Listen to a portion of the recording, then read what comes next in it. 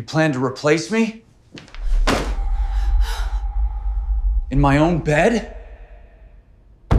I walked through my front door expecting the usual chaos of a Tuesday evening.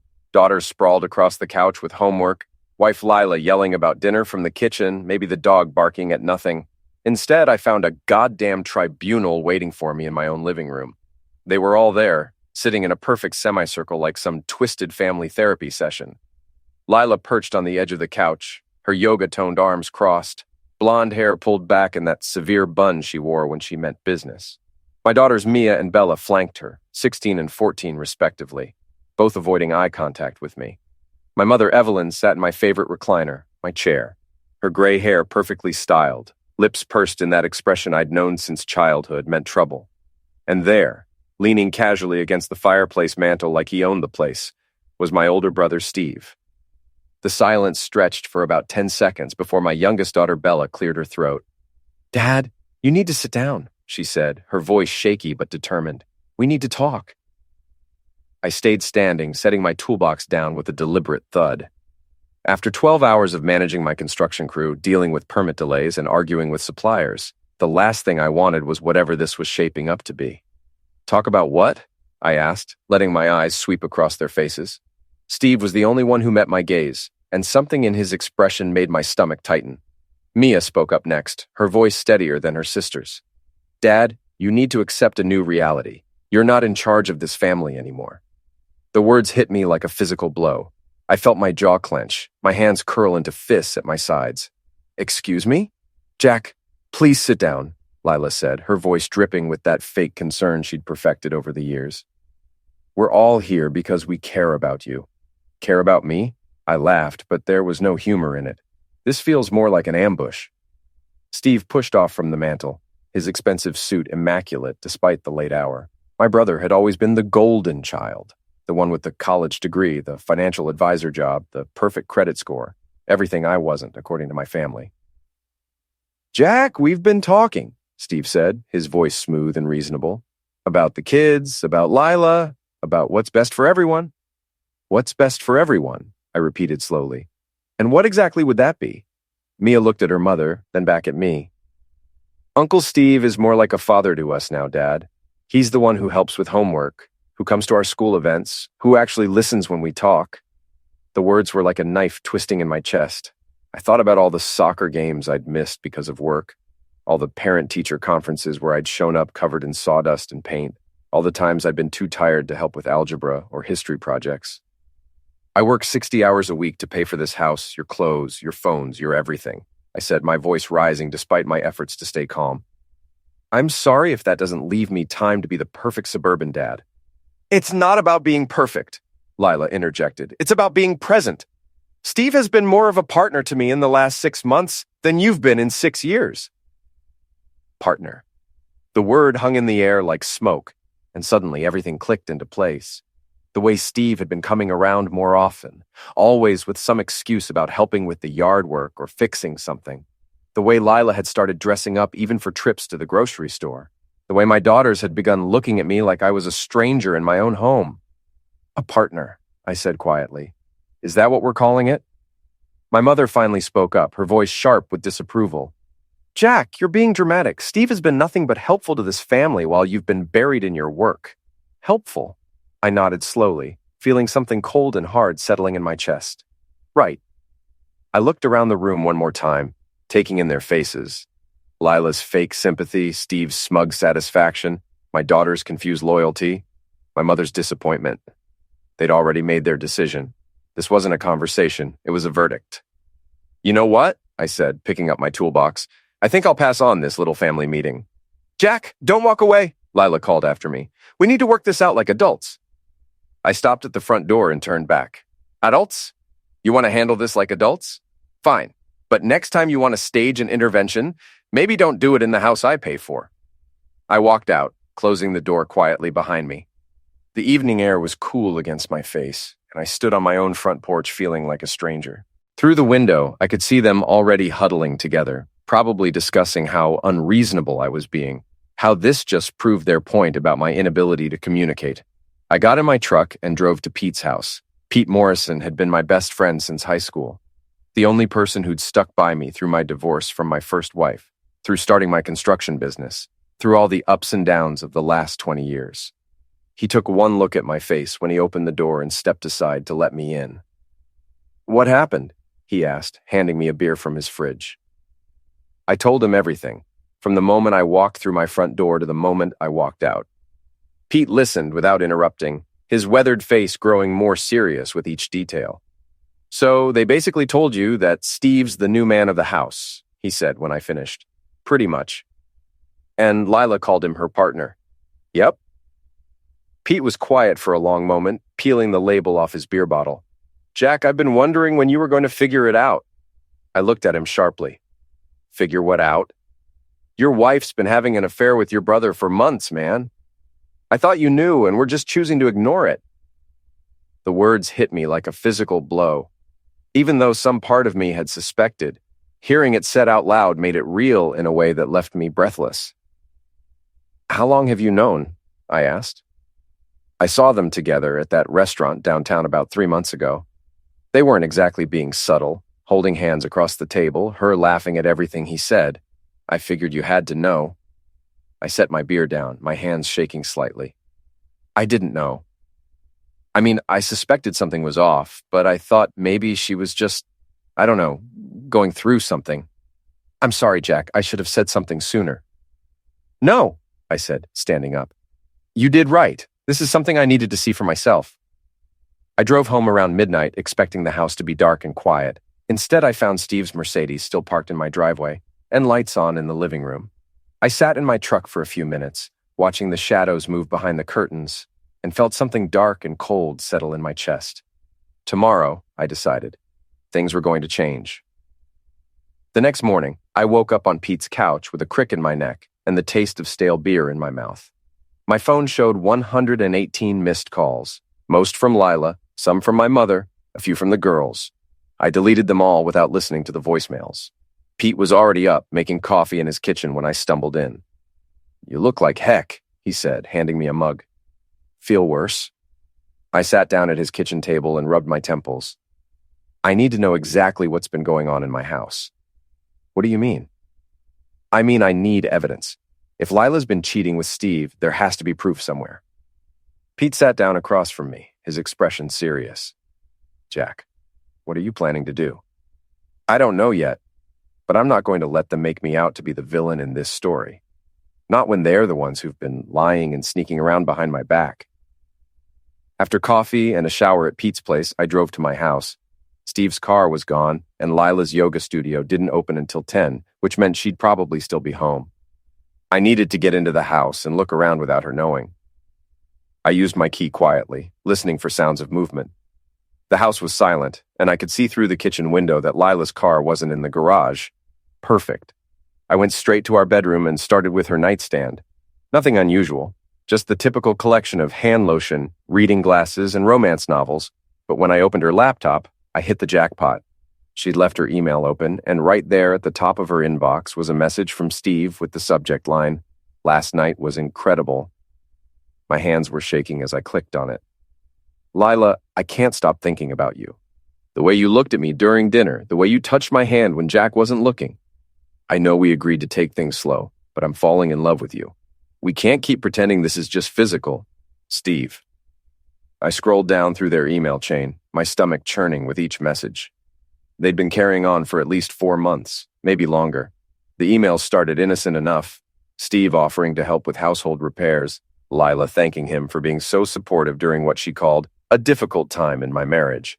But they quickly escalated. By the second week, they were talking about meeting for coffee. By the third week, coffee had turned into lunch. By the fourth week, lunch had turned into afternoon visits to Steve's condo while I was at work, and the girls were at school.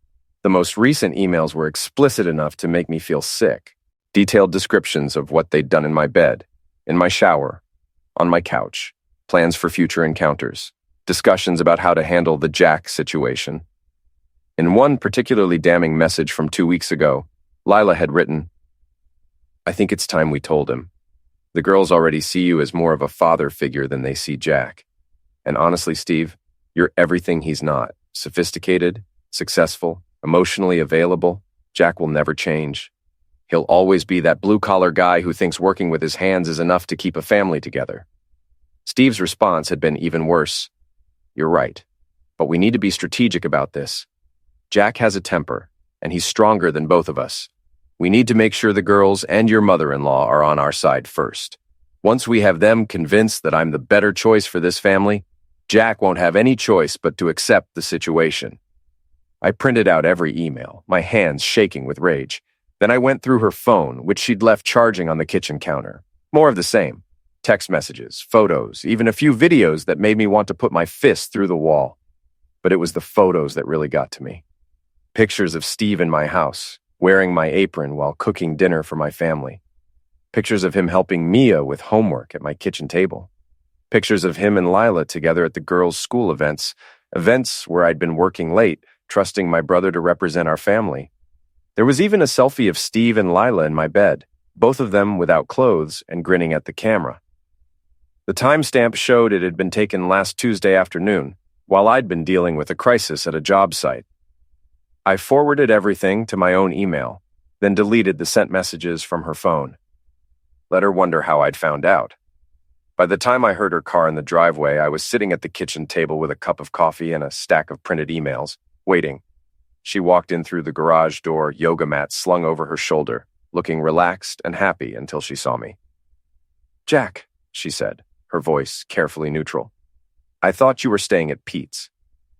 "Change of plans," I said, gesturing to the chair across from me. "Sit down, Lila. We need to talk." She stayed standing, her eyes flicking to the papers in front of me. "What are those?" "Your love letters," I said calmly. "All of them. 4 months' worth of emails and text messages between you and my brother. Very romantic stuff, very detailed."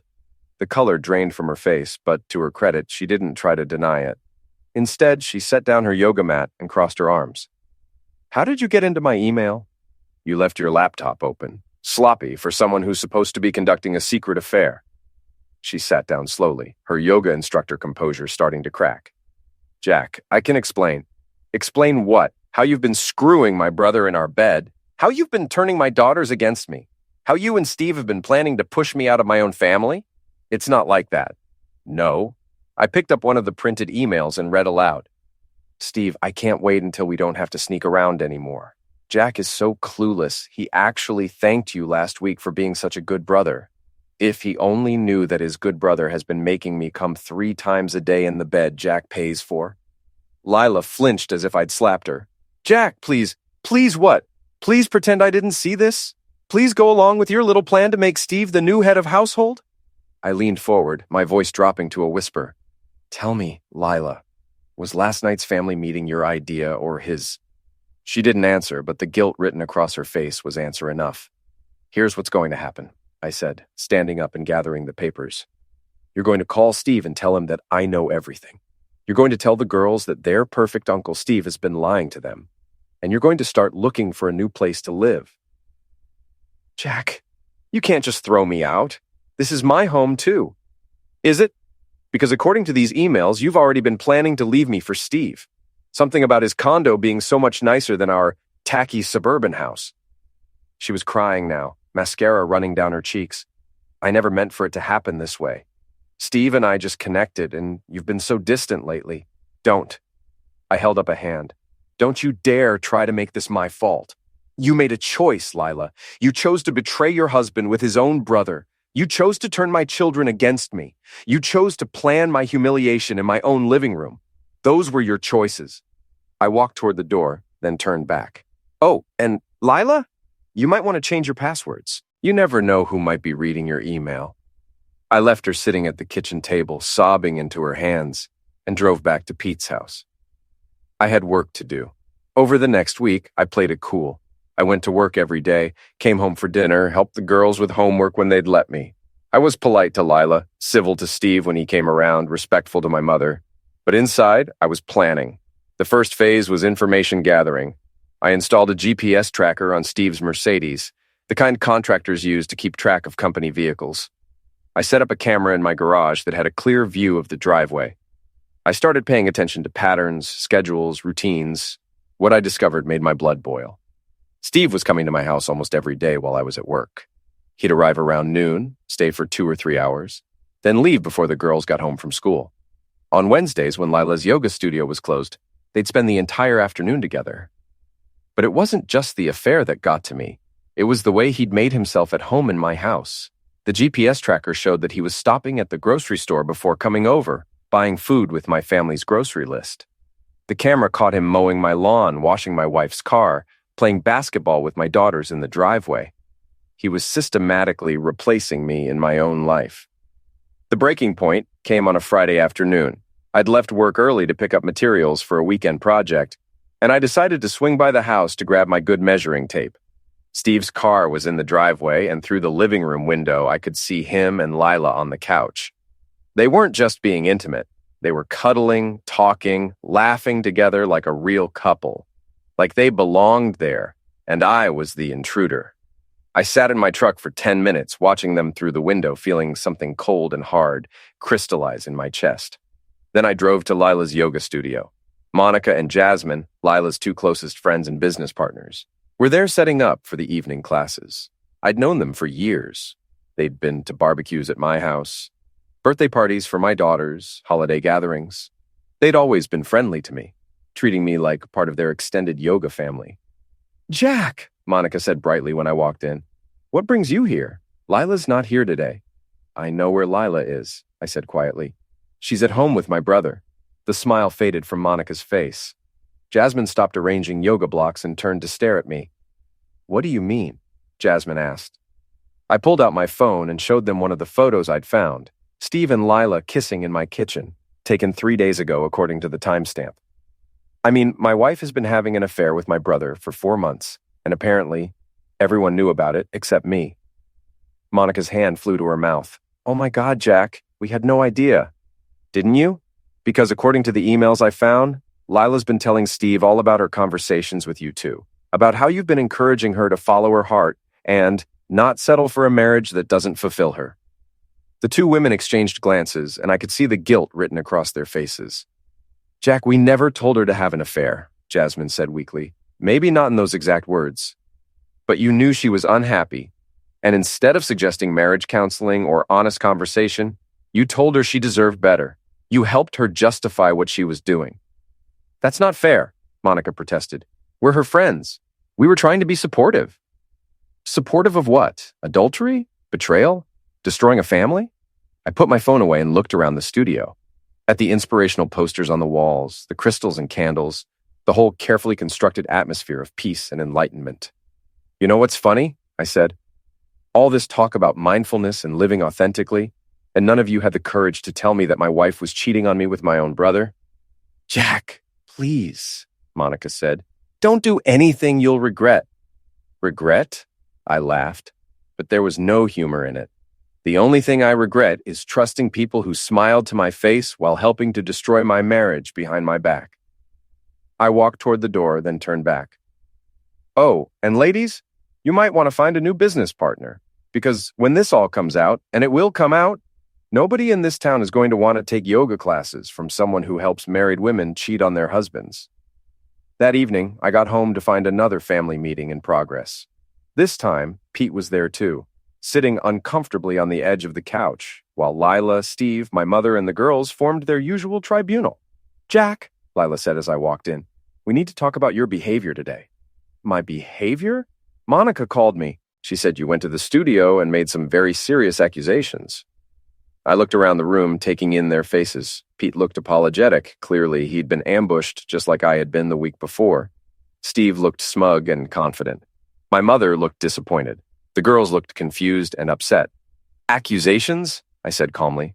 "Is that what we're calling the truth now?" "Jack, please," my mother said. "There's no need for this kind of drama." Drama? I pulled out my phone and opened one of the videos I'd found on Lila's phone. "Mom, would you like to see some real drama? This is a video of your golden child Steve being intimate with my wife in my bed." "Jack!" Lila shrieked, lunging for my phone. I held it out of her reach. "What's wrong, Lila? Ashamed of your artistic work?" Steve stood up, his face flushed with anger. "That's enough, Jack. You're out of line." "I'm out of line?" I laughed. "Steve, you've been screwing my wife for 4 months, turning my kids against me, and planning to take over my family, and I'm the one who's out of line." Dad, stop, Mia said, tears streaming down her face. Just stop. Stop what, sweetheart? Stop telling the truth? Stop defending myself? Stop fighting for my own family? This is exactly why we needed to have this intervention, Lila said, her voice shaking. Look at how you're acting, Jack. You're scaring the girls. I'm scaring them? What about Uncle Steve, who's been lying to them for months? What about their mother, who's been betraying their father? What about their grandmother, who knew about the affair and said nothing? My mother's face went white. Jack, You never what, Mom? Never knew? Pete figured it out in one afternoon. You've been coming to this house twice a week for 4 months, and you never noticed that Steve's car was here an awful lot? You never wondered why Lila was suddenly so happy? You never questioned why the girls started talking about Steve like he was their real father? The room fell silent, except for the sound of Bella crying softly. Here's what's going to happen, I said, my voice deadly calm. Steve, you're going to get out of my house and stay out. Lila, you're going to tell the girls the truth about what you've been doing. Mom, you're going to decide whether you want a relationship with your son or your son's cheating wife, because you can't have both. Jack, you can't give us ultimatums, Steve said. Watch me. I turned to Pete. Sorry you got dragged into this, man? Want to grab a beer? Pete stood up immediately. Yeah, let's go. As we headed for the door, Lila called after us. Jack, if you walk out that door, don't bother coming back. I stopped and turned around one more time. Lila, I built this house with my own hands. I paid for every stick of furniture, every appliance, every blade of grass in the yard. You want me out? You're going to have to do better than an affair and a family intervention. Pete and I went to the Anchor, the dive bar where most of the local contractors hung out after work. Within an hour, half the town knew that Lila Carter was cheating on her husband with his own brother. By morning, the story would be everywhere. The next 2 weeks were a blur of lawyers, accusations, and small-town gossip. Lila filed for divorce, claiming I was emotionally harmful and mentally unstable. I counterfiled with evidence of adultery and demanded full custody of the girls. Steve tried to play peacemaker, suggesting family counseling and mediation. I told him exactly where he could stick his suggestions. My mother chose sides, the wrong ones. She moved in with Steve temporarily, claiming she was helping the family heal. What she was really doing was providing cover for the affair, giving them a veneer of respectability. The girls were caught in the middle, confused and angry. Mia blamed me for destroying the family. Bella just cried a lot and asked why everyone was so mad all the time. But the real blow came when I found out about the money. I was going through financial records for the divorce proceedings when I noticed some irregularities in our joint accounts. Money missing, transfers I didn't remember authorizing, credit cards I hadn't applied for. It took 3 days of detective work, but I finally figured out what had been happening. Steve, with his financial advisor credentials and Lila's forged signatures, had been systematically draining our accounts and taking out loans in my name. Over the course of 4 months, they'd stolen nearly $50,000 from me. Money I'd saved for the girls' college funds, for home improvements, for our future. They'd used it to fund their affair. Expensive hotels, weekend trips, jewelry for Lila that I'd assumed she'd bought herself. When I confronted them with the evidence, Steve had the balls to claim it was a loan. I was helping Lila become financially independent, he said, sitting in my lawyer's office like he was doing me a favor. She needed her own money for when you two separated. You mean when you convinced her to leave me for you, I corrected. Jack, your marriage was already over. Lila was miserable. I just helped her see that she had options. Options that included stealing my money and forging my signature on loan documents? It's not stealing if it's marital property. I looked at my lawyer, Miss Brandt, a sharp-eyed woman in her 50s who specialized in messy divorces. She nodded slightly. We had them dead to rights on the financial fraud, but Steve wasn't done. Besides, Jack, let's be honest about what this is really about. You're angry because Lila chose someone better, someone who can actually provide for her emotionally and financially. Financially? I laughed. Steve, you're a financial advisor who makes $60,000 a year. I own a construction company that cleared $200,000 last year. The only way you can provide for her financially is by stealing from me. I make more than $60,000. No, you don't. I slid a folder across the table. I hired a private investigator to look into your finances. You're broke, Steve. You've got $40,000 in credit card debt, your condo is 3 months behind on payments, and your car is about to be repossessed. That's why you needed my money, isn't it? You were trying to impress Lila with a lifestyle you couldn't afford. Steve's face went red, then white. Lila stared at him in shock. That's not... I had some temporary cash flow issues, but nothing, I interrupted. You're a fraud, Steve. You've been living beyond your means for years, and when you saw an opportunity to steal from your own brother to fund your affair, you took it. The meeting ended with Steve and Lila storming out, but the damage was done. Within days, the financial fraud evidence was filed with the court, and criminal charges were pending. But I wasn't done with them yet. The next phase of my plan required patience and careful timing. I waited until the weekend of the annual Founders' Day festival, when the whole town would be gathered in the square for food, music, and community celebration. Steve had volunteered to give a presentation about financial planning for families. Ironic, considering his own financial situation and recent criminal charges. He was scheduled to speak at 2 o'clock, right after the mayor's welcome address. I made sure to be there early, setting up my own little display at a table near the main stage. I'd printed out copies of the emails between Steve and Lila, bank records showing the stolen money, and photos of them together in my house. Everything was organized in neat folders with labels like evidence of adultery, financial fraud documentation, and timeline of betrayal. At exactly 2 o'clock, as Steve took the microphone to begin his presentation on building financial trust in your family, I stood up. Before Steve talks about financial trust, I called out loudly. Maybe he should explain why he's been stealing money from his own brother to fund an affair with his brother's wife. The crowd went silent. Steve froze at the microphone, his face draining of color. Jack, please, he said into the microphone. This isn't the time or place. Isn't it? I walked toward the stage, holding up one of the printed emails. This is a public forum about financial trust, and you're a financial advisor who's been committing fraud. Seems like exactly the right time and place to me. I turned to address the crowd, which had grown larger as people realized something dramatic was happening. My name is Jack Carter, I said loudly. Some of you know me. I own Carter Construction.